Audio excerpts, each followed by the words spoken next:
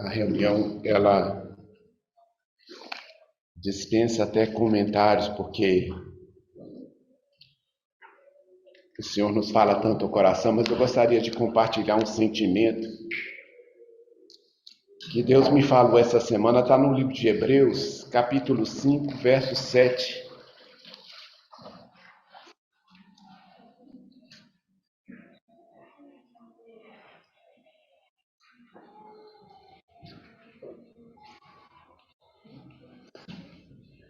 Algumas semanas atrás eu compartilhei com os irmãos no Partido Pão também, e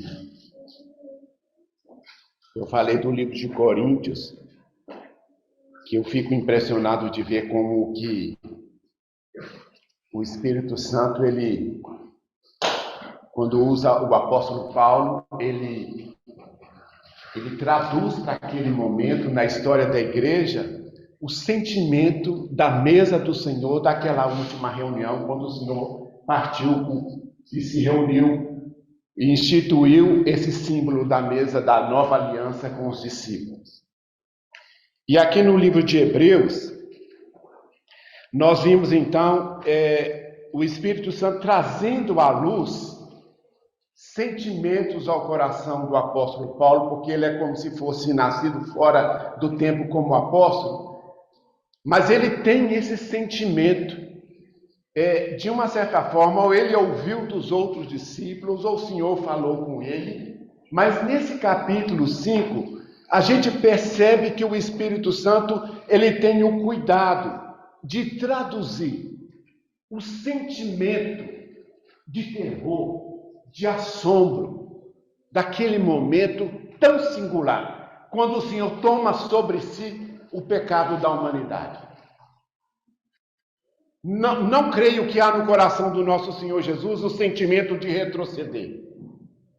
Há, para mim, no coração do Senhor, a leitura que eu faço é como se ele quisesse dizer ao Pai: olha, existe outro caminho, outra possibilidade. Qual é a possibilidade? E o nosso Pai Celestial, ele silencia, e o nosso Senhor, então, ele diz: seja feita a tua vontade. E ele, então, toma a cruz. Eu estou compartilhando isso hoje, porque eu estou lendo um livro do irmão Stephen Cohn, e esse é sobre a vinda do Senhor. E é um livro conhecido, mas eu nunca estava lá, eu nunca tinha lido e comecei a ler. E ele fala: irmãos, nós estamos no último do último tempo da vinda do Senhor. A qualquer momento pode acontecer. Mas aqui no versículo 5, 7, nós vemos assim que o Senhor Jesus, Jesus no dia da sua carne, tendo oferecido com forte clamor e lágrimas, orações e súplicas a quem o podia livrar da morte, e tendo sido ouvido por causa da sua piedade, embora sendo filho, aprendeu a obediência pelas coisas que sofreu. Irmãos, a gente fica pensando, ele ofereceu e foi ouvido, mas ele teve que tomar a cruz. Nós estamos vivendo num momento singular, realmente na história da igreja, porque eu não creio, e eu sei que muitos irmãos também aqui não pensam como eu, que a retirada ou o arrebatamento da igreja vai se dar de qualquer forma ou de qualquer maneira. Haverá, irmãos, oposição ferrenha àquilo que o Senhor deseja fazer nesses últimos dias. E como foi no dia de Atos, então o Senhor deseja fazer também isso em nossos dias. E nós somos como que provado em todo o tempo. Lá no livro de Coríntios, eu quero compartilhar esse sentimento com os irmãos. Coríntios 10, né? Os irmãos têm compartilhado aqui e o Senhor me fala ao coração, mas no versículo 8, 9 e 10, 1 Coríntios, capítulo 10? Capítulo 10, isso mesmo.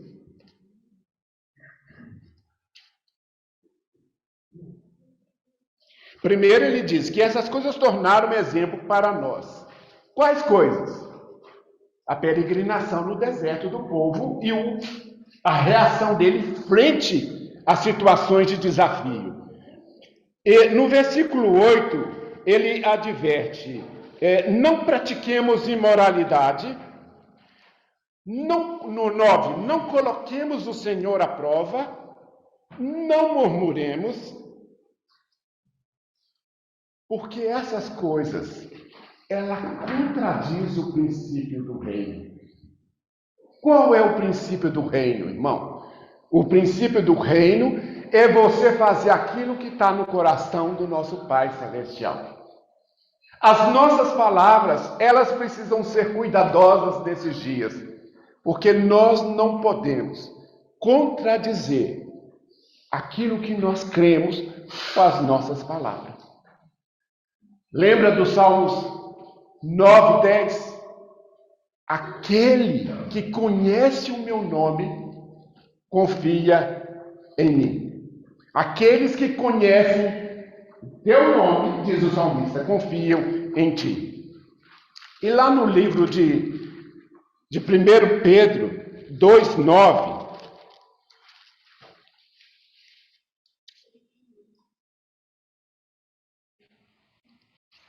nós temos vivido uma realidade na nação brasileira aterrorizante. Eu estou falando da minha experiência, que eu fico inquieto, eu fico inseguro. E diante da mesa, então, eu fico pensando, irmãos, por que esse sentimento vem ao meu coração? O apóstolo Pedro, ele fala, então, qual é a nossa vocação. Lá em 1 Pedro 2,9, ele diz assim, porém, vós sois raça eleita, sacerdócio real, nação santa, povo de propriedade exclusiva de Deus. E pensa comigo, irmãos, o Deus Todo-Poderoso que teve com José naquela masmorra também vai estar conosco. O Deus Todo-Poderoso que esteve com Daniel na cova do leão também vai estar com o seu povo. E qual é a garantia disso? Como nós temos certeza de que isso vai acontecer? Quando você vem para a mesa do Senhor e você sabe que o preço foi pago. O Senhor, Ele não mente. Ele disse, eu estarei convosco todos os dias, até a consumação do século. Essa é a garantia. O pão e o vinho sempre nos traz a memória de que o Cordeiro foi morto. E que o nosso Senhor, Ele está assentado sobre um alto e sublime trono. E que Ele governa sobre o universo, esse universo. Nós não podemos perder de vista, porque nós não sabemos, irmãos, o que a igreja terá que enfrentar. Mas nós precisamos ter assentado no nosso coração de que esta aliança, ela é permanentemente estável, segura. Ela atravessou eras, gerações, enfrentou gigantes. Mas ela está presente hoje na história da igreja. Amém. É o nosso testemunho de que o Senhor, Ele morreu e ressuscitou por causa da igreja. Que o Senhor seja louvado nesta manhã. Amém. Eu gostaria de pedir ao irmão que viesse nos ajudar aqui e que ele fizesse uma oração por nós. Eu queria muito compartilhar com os irmãos esse sentimento. Às vezes eu me sinto muito inseguro em compartilhar, mas eu queria, porque o Senhor tem me falado intensamente sobre essa questão nesses dias, porque nós não sabemos daqui para frente como as coisas ficarão. Depois de algum tempo que eu não tenho vindo aqui para compartilhar, o Senhor permite estarmos aqui hoje. E é com temor no coração, mas também com grande alegria. E peço mesmo ao Senhor que nos conduza. Hoje já tivemos um momento tão precioso, porque estamos já bem alimentados com aquilo que já recebemos, né? Mas como o nosso Senhor é tão rico, nós temos tido essa oportunidade de poder repartir com os irmãos um pouco mais da sua preciosa palavra. Eu estou sem relógio. Pedindo ao Mário que ajuda, porque eu estou sem relógio. Senão, passando bem disso, vocês vão me dar bronca. Sem relógio? O Mário já vai. Tá dando um toque aqui para mim. Na frente dele? Aí você me avisa, viu, Mário? Muito bem. Já desde algum tempo, eu tenho olhado, dando uma olhada com respeito aos milagres registrados no Evangelho de João. Não só lá, olhei outros também, os milagres do Senhor registrados na sua palavra. E tentando contar, vai daqui, vai dali, tem bastante. Creio que uns 35 milagres o Senhor fez. Mas João, ele usa a expressão para milagre de sinal. E a pergunta é, o que é um sinal? Na realidade é um milagre que está acontecendo, mas o que é um sinal? Sinal é um milagre com uma lição. Não apenas um milagre em si, mas o Senhor quer nos ensinar algo em cima daquele milagre. E no Evangelho de João, creio que os irmãos já sabem, né? Não é novidade. Ele registra 8 desses sinais que Jesus fez. Você vai encontrar mais coisas lá. Na realidade, muito mais.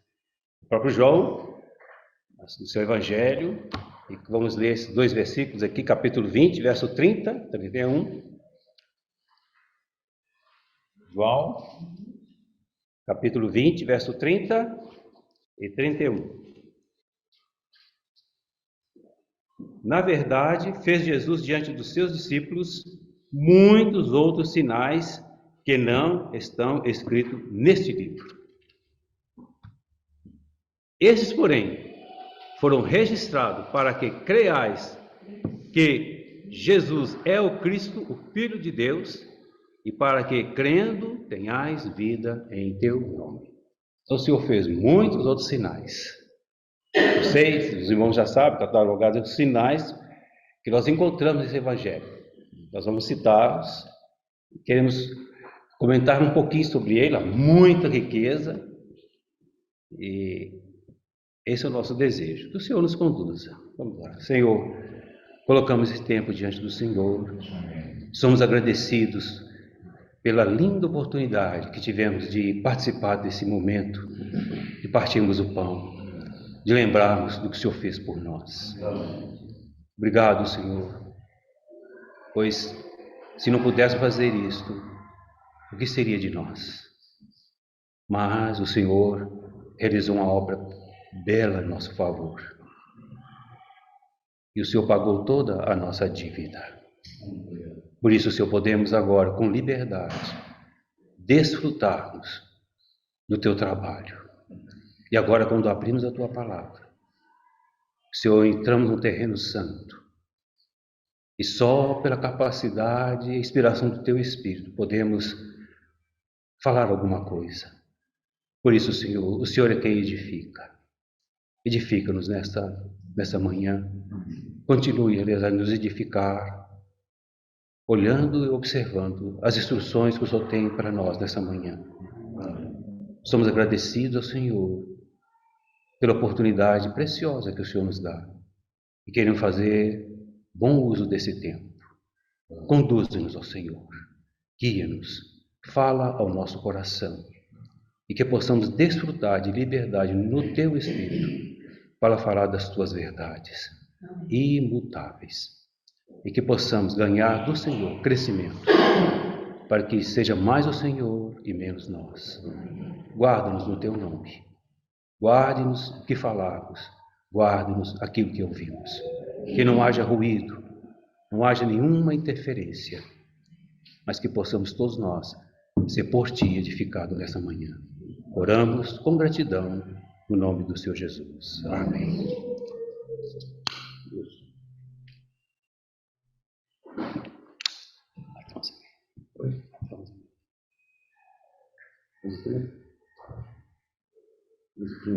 Onze 15. Onde parou, paro. Obrigado. Irmãos, o João, no seu Evangelho, tão precioso, ele vai falar e vai nos ajudar a dar lições preciosas sobre esses sinais. E nós encontramos 8. Se algum irmão discordar, para mim não tem problema nenhum. Eu lembro que eu conversei com o Luiz, ele falou assim, e da ressurreição? Eu falei assim, eu não considero, porque o Senhor foi ressuscitado por Deus. Os sinais que eu tenho considerado são os sinais que Ele fez. Então, com respeito à ressurreição, foi Deus que o ressuscitou. Né? Então o Senhor, ele fez 7 seus sinais antes da sua ressurreição, antes da sua morte. E depois da morte tem 1. Muito interessante. No primeiro sinal, que eu creio que é bastante conhecido, no Evangelho de João, capítulo 2, eu vou pegar algumas partes, irmãos, até para ganhar tempo.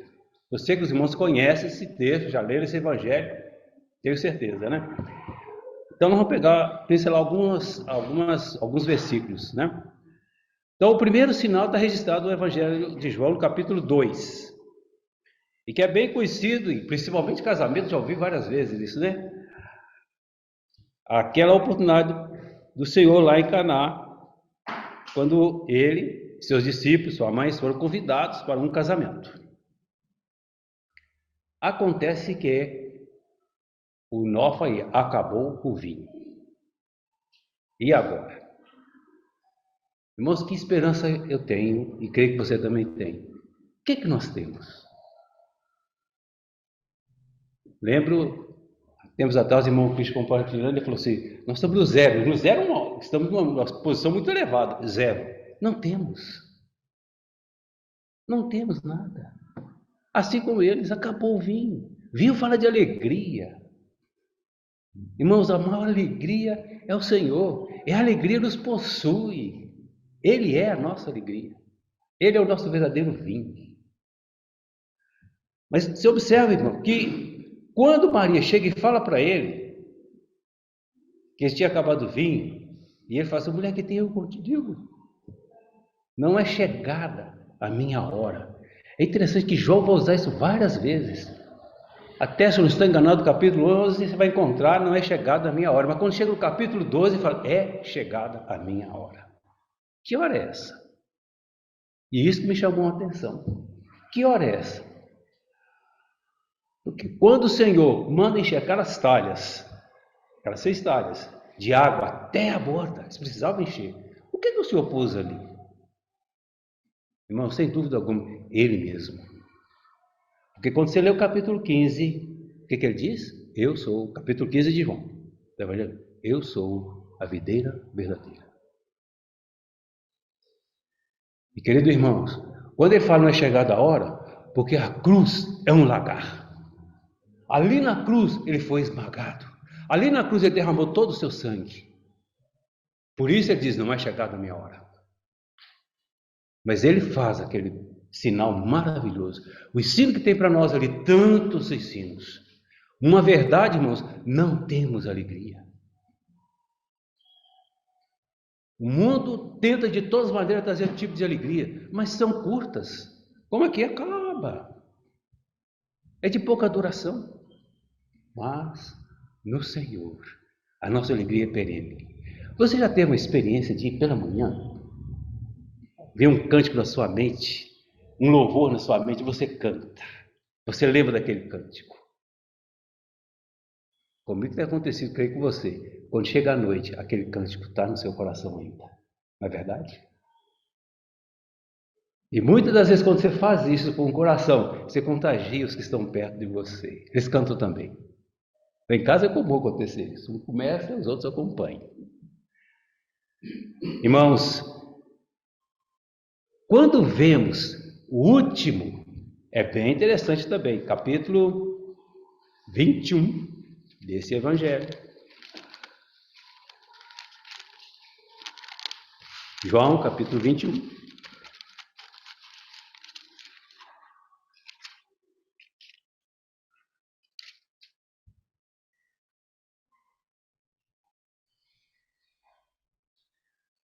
Ele diz que, depois disto, tornou Jesus a manifestar-se aos discípulos junto ao mar de Tiberíades.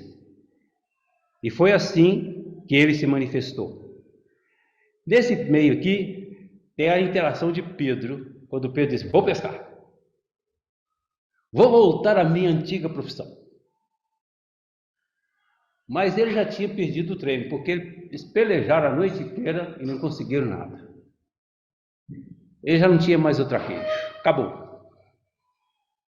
E ao amanhecer do dia, o Senhor só faz aquela pergunta: tens aí alguma coisa que comer? A resposta: não. Não temos. Irmãos, primeiro, não tem. O último, não tem. É o nosso caso. O que nós temos? Não temos nada. Nosso Senhor, fracasso total. Não temos nada. Muito bem.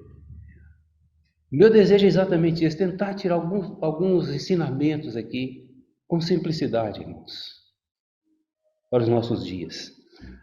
Lembra, o Senhor, ele viveu 30 anos, praticamente escondido, pouca coisa sabemos. Temos aquela experiência dele sendo apresentado no templo, e Simeão estava lá, e faz algumas observações tão interessantes que esse ancião faz, com a criança nos seus braços. E podemos dizer, ele estava ali com o doador da vida, ele é a vida. E estava aquele já velho, indo embora, que é o nosso caso. Nós vamos começando a descer. Os que já estão perto da minha idade, eles sabem essa realidade. Muitos de nós temos que andar com uma caixinha de remédio para lá e para cá, porque o organismo já não funciona como funcionava antes. Precisamos de ajuda. E o Simeão já está no declínio, mas ele tem essa oportunidade, que havia essa promessa para ele, de contemplar a salvação. Ele pôde fazer isso. Mas foi embora. Com o Senhor, não. Sempre uma vida ascendente. Não há declínio dele. Irmãos, ele é a vida. E esse evangelho fala muito dessa expressão da vida. O Senhor é batizado depois de 30 anos. E lembramos daquela declaração maravilhosa do Pai: este é meu Filho amado. Nele eu tenho todo o meu prazer. 30 anos de vida oculta, mais que uma vida diante do Pai. Como nós precisamos dessa vida oculta diante do Senhor, diante dele? Ninguém vê, é como raiz profunda. Muito bem, aí dali o Senhor vai ter mais 3 anos de ministério, agora 3 anos de trabalho. Diz que acabamos de ler, o Senhor fez tantos sinais. E nesse mesmo evangelho, o Senhor João fala: se fosse escrever, não tinha como, não caberia. Em 3 anos. Quanto o Senhor trabalhou? E depois o Senhor chama 3 dos seus discípulos, a Pedro, a Tiago e o próprio João. Em Marcos capítulo 9,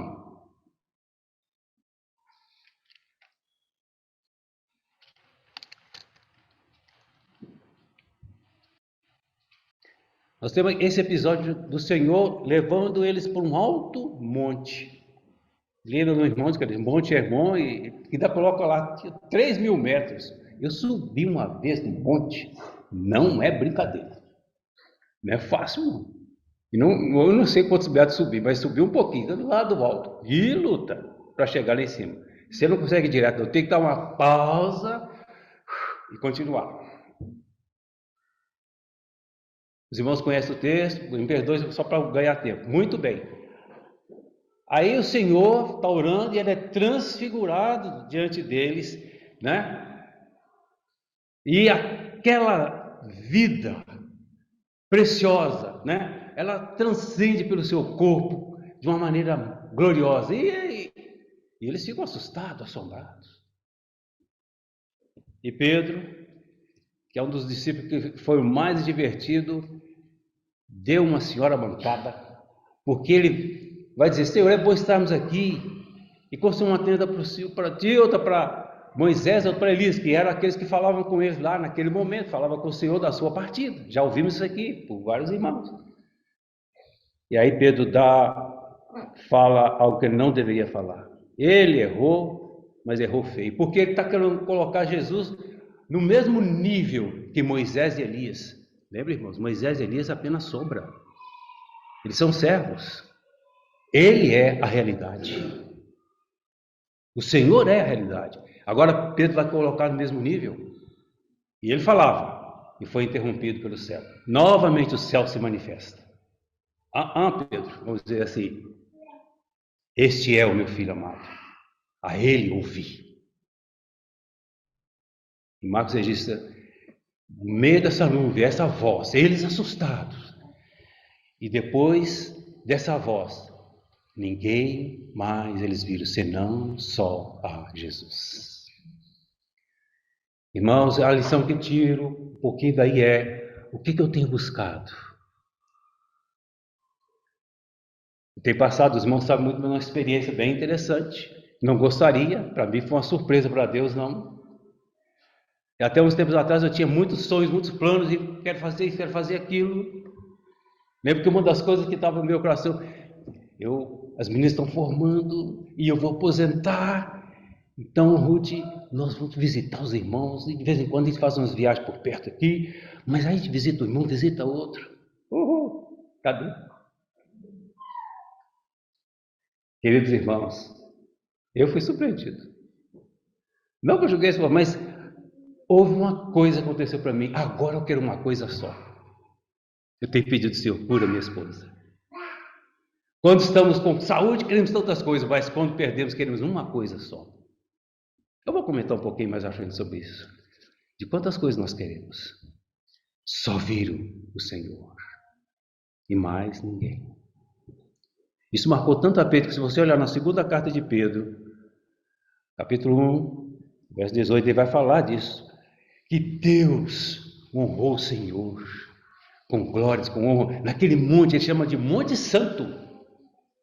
Aquilo marcou a vida de Pedro. Foi um marco para ele. Depois os irmãos conferem. Mas é interessante, irmãos, isso, ouvindo o irmão Cristian, isso foi em 2008, né? Ele compartilhou. Até o Mário estava traduzindo. E ele diz assim que há 3 classes, eu achei muito bom, há 3 classes, quando falamos de milagres na Bíblia. Há uma classe desse milagre que foi realizado por Moisés e Josué.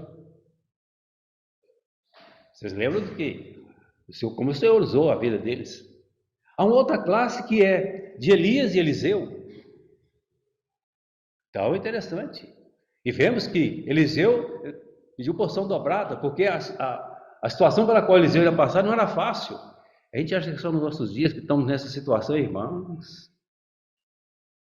Como nós precisamos de nos enviar e meditar e buscar a palavra de Deus para nos fortalecermos e, se possível, também junto com outros. Precisamos nesses dias. Senhor, o que o Senhor quer fazer? E por fim, Senhor, há a última classe, que é de Jesus e os seus discípulos. Quando você lê o livro de Atos, nós vemos que uma grande parte, né, o Senhor está usando a vida de Pedro. Depois, parece um paralelo à vida de Paulo. E muitas coisas você vai ver que está um paralelo entre como o Senhor usou a Pedro e também como o Senhor usou a Paulo. Você vai ver Pedro falando daquele princípio lá, aquele que estava na porta lá, não temos ouro nem prata, mas que temos te damos, né, em nome do Senhor. A mesma coisa semelhante acontece com Paulo. Interessante, você vai ver esse paralelo no livro de Atos, na vida de Paulo e na vida de Pedro. Mas não foi só deles, não, o Senhor usou outros. E pode usar até os nossos dias, dos seus discípulos. Esse é o princípio. Mas agora é interessante, Moisés, quando fazia os sinais, ele usava uma vara. Lembra? E Elias? Lembra o que ele usava? O que Elias usava quando ia fazer o sinal? Tocar, abrir o rio, abrir o mar. Lembra? Capa. E o Senhor? O que ele usava? O que o Senhor usava? Sua palavra. Então é interessante que, quando você vê lá no início, que ele está haja, só a palavra do Senhor. Eu lembro que eu brinquei também, que eu já ouvi isso há muito tempo. Quando você vê a questão do dia, como nós dividimos os dias, que coisa, irmãos. E como o Senhor coloca a parte do dia. Como você divide o dia? Divide em 3 partes, normalmente. Não é assim que nós dividimos? Alguém ousa falar aí? Não? Pode falar, sem medo. Porque é o que nós falamos mesmo. Se tem alguém que fala diferente aqui, para mim vai ser uma surpresa. E vou fazer, opa, pode falar. Isso aí. Nós dividimos manhã, tarde e noite. Agora olha lá. E houve tarde e manhã, primeiro dia. Houve tarde e manhã, segundo dia. Houve tarde e manhã, terceiro dia. E assim por diante. Irmãos, é incrível, nós caminhamos para a noite. E o Senhor quer nos levar para o dia. Ele é esse dia maravilhoso. Que vemos tudo. Por isso eu gosto, aprecio a manhã de cada dia. Como é bom. Então, irmãos, o Senhor usou a sua palavra. E a pergunta é, o que é um milagre? Você me ajuda aí? O que é um milagre? O que você entende por milagre? Lembra das palavras do irmão, como você fala, o Senhor, Ele criou a lei da natureza, mas o milagre que Ele faz, Ele não contradiz a sua lei de jeito nenhum. Aquilo que Ele estabeleceu, Ele cumpre aquilo ali. Ele não ultrapassa aquilo, Deus não ultrapassa. E lembro que ele me ajudou muito quando o irmão falou assim, olha, biblicamente falando, milagre é um simples, ele usa a expressão, é literal. Êxodo, vamos lá, Êxodo capítulo 8. O Senhor diz para Moisés, fazendo um histórico aqui, o Senhor diz para Moisés, vai, diga ao faraó, para que libere meu povo para celebrar uma festa no deserto, um caminho de 3 dias. Os irmãos conhecem muito bem a história, né? Agora, veja bem, irmãos, é celebrar uma festa do Senhor no deserto. E eles tinham que caminhar 3 dias. E Faraó faz algumas propostas. Não, faz aqui, não, faz aqui perto. Não, irmãos, é lá no deserto, é longe. 3 dias de caminhada. E aí começa a acontecer aquilo que Deus já havia falado para Moisés e Elias, de que Ele vai pedir um sinal para você, pedir, a expressão é milagre, e vocês vão fazer. Então você faz assim, a instrução que o Senhor deu para Moisés. E o primeiro que aparece lá é da vara, lembra? Quando o faraó fala, mostra um sinal, mostra um milagre, lança a vara no chão. Ele lançou, o que a vara virou? Serpente. Ele chama os magos de lá, os encantadores, os feiticeiros, e eles fizeram o mesmo. Irmãos, que coisa! Eles lançaram a vara, a deles também viraram uma serpente. Muito bem. Feito isso, Faraó endurece o coração, agora vamos para o segundo. E desse segundo eu achei interessante, porque agora a água está se tornando sangue. Eles chamam os seus encantadores, eles fazem o mesmo. Eu fico pensando, eu estava conversando com a Estela, e falei assim, será que eles não pegaram uma fruta vermelha e apertaram, não? Eu falei, magia, são ciências ocultas? Mas irmãos, fizeram o mesmo. Interessante se eles fizeram o contrário, desfizesse a água do sangue. Não, mas fizeram também mais sangue. De tal maneira que o mau cheiro foi grande. Quem já tem acostumado em praia, é brincadeira, não. O cheiro de peixe não é nada agradável. O peixe pode ser agradável, mas o cheiro não. O mau cheiro não era brincadeira. Depois no terceiro, das rãs, eles também fizeram. Irmãos, eu fico me perguntando, que negócio é esse? Como é que eles conseguiram tal coisa? Aí vamos lá em Apocalipse, vê lá, Apocalipse capítulo 16, 13 e 14. E ele diz lá, Apocalipse 16, versículo 13. Aí aconteceu que observei sair, estou indo no versículo direto, irmãos, para ter.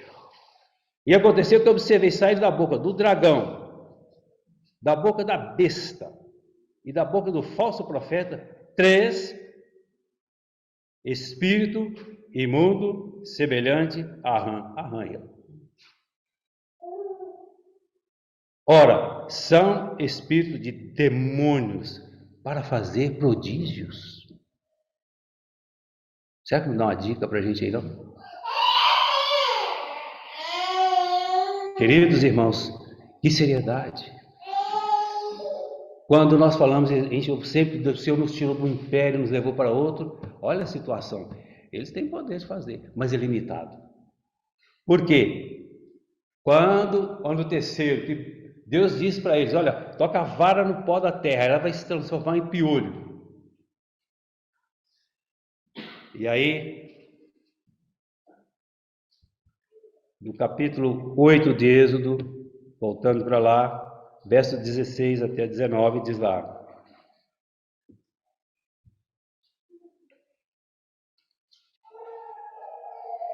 diz o Senhor a Moisés: Arão, estende a tua vara e fere o pó da terra para que se torne em piolho por toda a terra do Egito. Lembra, irmãos, que o Egito prefigura o mundo.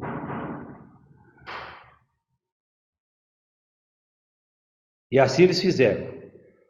E houve piolho nos homens, no gado, por toda a terra do Egito havia piolho. Era piolho para todo lado. Fizeram, verso 18, fizeram os magos o mesmo com ciências ocultas para produzirem piolhos, porém não puderam. E havia piolho nos homens, e todo homem no gado. Eles tentaram fazer, porém não puderam fazer. Acabou o poder deles, limitado. Os três, acabou. Então disseram os magos a Faraó: isto é o dedo de Deus. Irmãos, como eu preciso do dedo de Deus movendo a minha vida e você diariamente. Como nós precisamos desse milagre. Ao despertarmos a cada manhã, da mão de Deus mover por nós. Isto é o dedo de Deus. O que é o dedo de Deus? É esses feitos, os quais estavam acontecendo.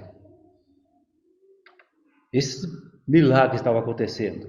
A gente tem a tendência, na tendência, acho que milagre é só coisa boa. Pode ser bom para um lado, mas para o outro lado pode não ser. Ok? Haverá um grande milagre e nós aguardamos ele, de que seremos arrebatados. Essa é a nossa esperança. Mas para aqueles que não creem, é um milagre também. Vocês viram o outro lado? Para aqueles que creem, que bom, que bênção, que coisa maravilhosa estarem para sempre com o Senhor. Mas para aqueles que não creem, também é um milagre. Queridos irmãos, esses três que têm trabalhado, e quando vemos lá em Efésios, na nossa luta não é contra carne e sangue, sim contra principados. Aí, eles fazem mesmo. E nunca pararam de fazer. Se tem uma coisa que tem me entristecido, me assustado muitas das vezes, que muitos deles têm trabalhado no meio dos filhos de Deus, e muitos sendo enganados. Ele trabalha só na direção. Ele não gosta que estejamos como estamos agora. Ele detesta isso. Porque sabe que quando os filhos de Deus estão ruindo, mostra a sua ruína, a sua derrota, e quando partimos o pão junto, mostra que ele já foi vencido. Não. Tem que dar um jeito de separá-los. E infelizmente muitos caem nessa cilada. E como nós devemos ter esse cuidado, irmãos? Que nós temos, acabou o vinho. Que nós temos, acabou o pão, acabou o peixe, não temos mesmo. Mas ele tem. E quando estamos juntos, que bênção, irmãos, que oportunidade. Como já dissemos, o Senhor disse para mim, não é chegada a minha hora. Mas lá no capítulo 12 você vai verificar assim, é chegada a hora. Se você pega o 13, logo no início, tendo amado os seus amores até o fim, porque sabia que era chegada a sua hora. Por isso, irmãos, como precisamos valorizar a oportunidade de estarmos juntos. A menos que seja algo muito sério para nos impedir, mas precisamos tanto. Eu preciso muito de cada um dos irmãos. E mais ainda, considerarmos os outros, como Paulo diz em Filipenses, superior a nós, que pode fazer muito mais do que nós. Primeiro sinal, não há vinho. No último sinal, não há peixe. Mas deixa eu chamar a atenção de algo que há muita coisa, eu quero alugar muito. Quando há esse último sinal, é muito interessante, isso me chamou a atenção. Eles estavam lá pescando e o Senhor pergunta: tem aí alguma coisa de comer? Ele disse: não. E eu costumo chamar a segunda pesca maravilhosa, que teve uma outra, os irmãos se lembram, né? Quando o Senhor usa o barco de Pedro e profere uma mensagem para a multidão, depois ele fala para eles afastar. Mas eles tinham pescado, eles tinham tentado a noite toda e não conseguiram nada. Parece que eles perderam o traquejo de pescar, né? Mas aí o Senhor afasta um pouco o barco e joga a rede para o lado direito. Eles pegaram muito peixe, precisaram chamar o outro para poder ajudar. Aqui no capítulo 21 desse que nós estamos referindo aqui, de João, dessa pesca, chamada de segunda, eles haviam pescado a noite toda. E Pedro falou assim: vou pescar. E outros discípulos: vou com você também. E aí foram. Nada pegaram. Aí o Senhor de manhã, o Senhor está lá na praia, e fala: tens aí alguma coisa que comer? Não temos. Mas interessante que quando o Senhor fala para eles, eles lançam, eles pegam 153 grandes peixes. É interessante que João é o primeiro que identifica e fala para Pedro: Pedro, é o Senhor.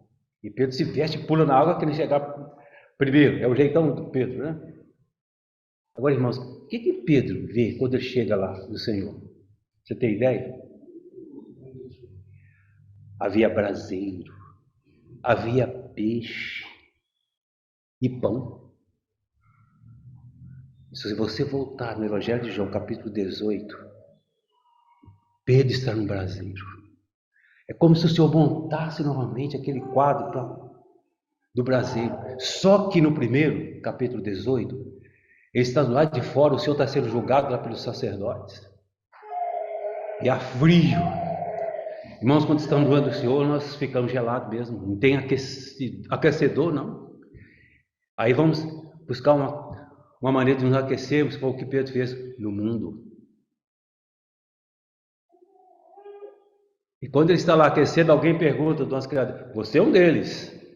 E a expressão que é usada muito forte, ele bradejou: não conheço tal homem. E vocês lembram do olhar do Senhor para Pedro. Creio, irmãos, que o olhar do Senhor tem para comigo, para você, quando nós pecamos, quando nós falhamos. É esse olhar, ele não muda.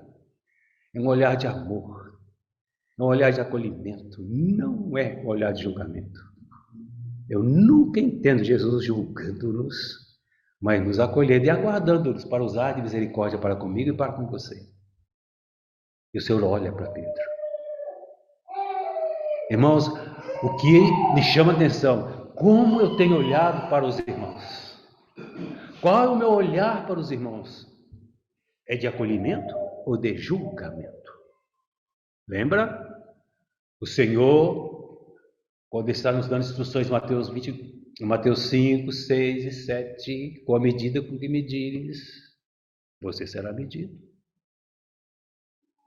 Tiago nos fala da questão de usarmos de misericórdia, porque aqueles que usam de misericórdia, a misericórdia os alcança.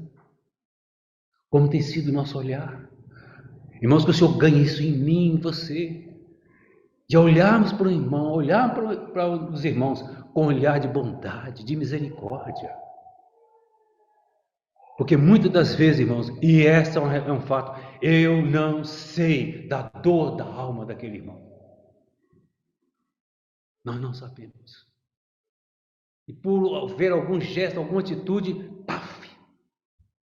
Que o Senhor te guarde disso e me guarde também. Como eu devo olhar para os irmãos? Raquel às vezes me chama a atenção: pai, o senhor é um ancião, você tem que ter cuidado com suas palavras. Eu sei, e eu me inclino para essa advertência dela, porque eles têm me instruído. Olharmos uns para os outros, irmãos, não de cima para baixo, mas olhar ao contrário, vendo aquele irmão mais importante do que eu, seja qual for. Todos são de extrema importância, Vamos lembrar dos irmãos falando com respeito ao corpo de Cristo na última reunião. E eu me lembro que até eu falei com o Ruth, que é tão impressionante que o cabeça se limita. E quem é o cabeça? Olha o Senhor. Queridos irmãos, agora Pedro está diante de outra fogueira, mas agora com os santos. Você entende, irmãos? Como nós precisamos estar juntos para nos aquecermos uns aos outros. Agora nessa fogueira não é frio, agora nessa fogueira tem pão. Agora nessa fogueira tem o mestre e os irmãos estão juntos. Esse é o quadro que vem para mim. Por isso, irmãos, como é bom estarmos juntos, para nos aquecermos uns aos outros, para animarmos uns aos outros, ao quê? A continuarmos, a perseverarmos, a progredirmos nessa direção. Aí alimento, aí tem pão, porque o Senhor está lá. Eu fico imaginando quando Pedro ouviu isso, a empolgação dele, o Senhor, ele saiu disparado. E você, irmãos? Temos a reunião, como é que você sai? Como é que você vem? Vou estar junto. O Senhor estará lá. Porque Ele prometeu, onde tiver 2 ou 3, eu estarei no meio deles. Meu tempo se vai, mas eu vou só mencionar para os irmãos o que eu entendo que esses 8 sinais aqui, e nós vamos parar por aqui, se der, depois a gente continua. Muito bem. Primeiro sinal e último já mencionei, né? Água transformada em vinho, capítulo 2. O segundo sinal é a cura do oficial, que já ouvimos compartilhar aqui, muito ajudado. Filho do oficial. Aquele homem estava tão aflito, tão preocupado com seu filho, e sempre quando eu lembro da cena de mais de 15 anos atrás de Rúbia, alguns irmãos devem se lembrar disso, não é? Fomos ajudados por tantos irmãos. Rúbia ruim, irmãos, eu não tinha sono, acordava de madrugada e tudo mais. Aí eu lembro desses oficial do rei. E ele empreendeu uma viagem, saindo de Cafarnaum, indo até que o Senhor havia voltado para Canaã, para poder pedir ao Senhor, desce e cura o meu filho antes que ele morra. E eu lembro, irmãos, com muita alegria, que uma madrugada eu saí do meu quarto e fui até o quarto de Rúbia. E quando coloquei a mão aqui assim nessa região dela no pescoço, a temperatura lá em cima. E ela, oi pai, eu falei assim, vamos orar, minha filha. Ela falou, não pai, vamos louvar. Tantas da madrugada. Eu tenho tanta gratidão ao Senhor e a postura dela. Pai, vamos louvar. Que luta. E começamos a louvar o Senhor. E depois de muito tempo que nós tínhamos louvado o Senhor, eu voltei para o quarto para dormir, sem entender, mas dizendo amém a postura dela. Para minha surpresa, ela andando normal, porque ela não conseguia nem andar direito, ela andava escorada. Na cozinha, preparando o café. Eu postei com o rosto inteiro, falei, Senhor, o que eu posso dizer do que estou vendo? Porque eu andava pela rua e via as moças e falei, Senhor, faz com que Rubem esteja como essa moça, andando assim. Ela não conseguia, irmãos, um pedacinho para andar, escorando. De repente, depois daquela noite de louvor, aí ela na cozinha, andando, indo e vindo, curada, eu fiquei numa alegria. Esse é o nosso Deus, irmãos. Esse homem, na sua firmeza de querer a cura para o seu filho, ele vai, diz o Senhor, ele empreendeu uma viagem até chegar lá. As estradas daquela época não eram como hoje. E chega e pede, desce, Senhor. E o Senhor diz, porque o Senhor nos adverte com respeito à fé, Ele nos testa com respeito à fé. Lembra de Filipe com respeito ao pão? Ele disse, olha, se você não tivesse visto, porque o Senhor havia feito vários sinais em Jerusalém. Se tivesse visto os sinais, você não ia crer. Irmãos, muitos precisam de ver sinal para crer. Você precisa. Você crê realmente. E aí, é tão interessante que o Senhor fala isso para ele. Se não tivesse visto os sinais, de modo nenhum não creria. Ele falou assim, desce, Senhor, antes que meu filho morra. Parece que não dá nem atenção ao que o Senhor estava falando. E o Senhor diz para ele, vai, teu filho vive. Esse é o segundo. Terceiro, a cura do paralítico no tanque. ali no tanque de Betesda. Ali, para mim, era um hospital, porque eu falo, multidão de coxos, enfermos, e assim por cegos. Eu falo, é um hospital. Eu tenho ido muito à farmácia e chego à farmácia, quando eu entro na farmácia, eu fico nervoso. Eu não sou conhecido lá nas duas farmácias em Milão. Você viu que sou fico? Quer dizer, eu fico nervoso. Por quê? Eu vou gastar com remédio. Muito bem. Capítulo 5, tanque de Betesda. O quarto, a multiplicação dos pães. Capítulo 6. O quinto, caminhar sobre as águas do Senhor. Ele caminhando sobre as águas. É muito interessante a narrativa de Mateus sobre isso. O sexto, que me aprecio muito esse aqui, o sexto sinal, a cura do cego de nascença. Gente, que bancada que os discípulos dão ali também. Senhor, quem pecou? Ele ou seus pais para que nascesse cego? Ou a criança está lá no ventre da mãe pecou? Coisa estranha. Sexto, cura do cego de nascença. Sétimo, ressurreição de Lázaro. E aí tem outra lição, irmãos. Se o Senhor permitir, depois a gente fala. A ressurreição de Lázaro. Lembra da conversa do Senhor? Só com Maria e com Marta. Primeiro com Marta, depois com Maria. Irmãos, isso me chama a atenção com respeito à oração. Como Marta chegou, o Senhor deu uma aula de teologia, vamos dizer para ela. Muito boa. Mas quando chega Maria e faz a mesma oração, ela toca no coração do Senhor. Porque ela chega com humildade aos pés do Senhor. Ela usa a mesma expressão. Senhor, se você estiver aqui, Marta havia dito isso também, o meu irmão não teria morrido. E ela está aos pés do Senhor, o Senhor se comove. E há um versículo que eu chamo do menor versículo da Bíblia, o Senhor chorou. E Jesus chorou. Como tocou o coração. Sétimo. E por fim, o que é depois da ressurreição, esse que nós falamos da pesca maravilhosa. Queridos irmãos, o que mais quero é crescer, e creio que os irmãos também querem, é crescer no conhecimento, é crescer em servir ao Senhor. Mas deixa eu dizer para vocês uma coisa. Se você quer crescer, e o crescimento real e verdadeiro é que Ele faça, não você. Muitos acham que crescer diante do Senhor é Ele fazer. Não, é o Senhor fazer em você. Deixa que o Senhor te use.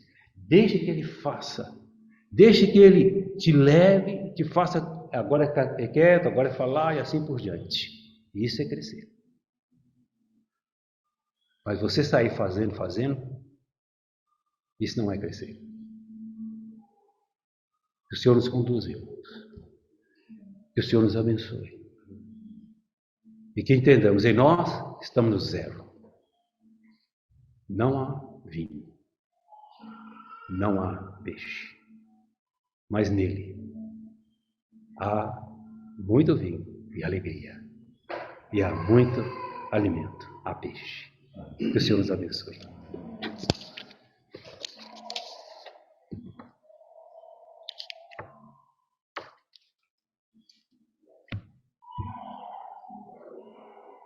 Somos gratos ao Senhor por essa oportunidade que o Senhor nos concedeu. Te bendizemos ao Senhor e sabemos que um dia o Senhor foi à cruz e foi esmagado por nós naquele lagar, para que hoje pudéssemos nós experimentar desse bom vinho. Sabe, Senhor, são poucas e curtas nossas palavras de expressarmos a nossa gratidão pelo que o Senhor fez e faz por nós. Oramos com humildade diante do Senhor, pedindo, Senhor, aquece o nosso coração a cada dia, e principalmente nos dias que se chama hoje, para que não venhamos a envergonhar o Teu nome e a retrocedermos. Mas que oportunidade como o Senhor nos oferece, como esta, possamos nós, com firmeza, confessar firmemente quem é o Senhor.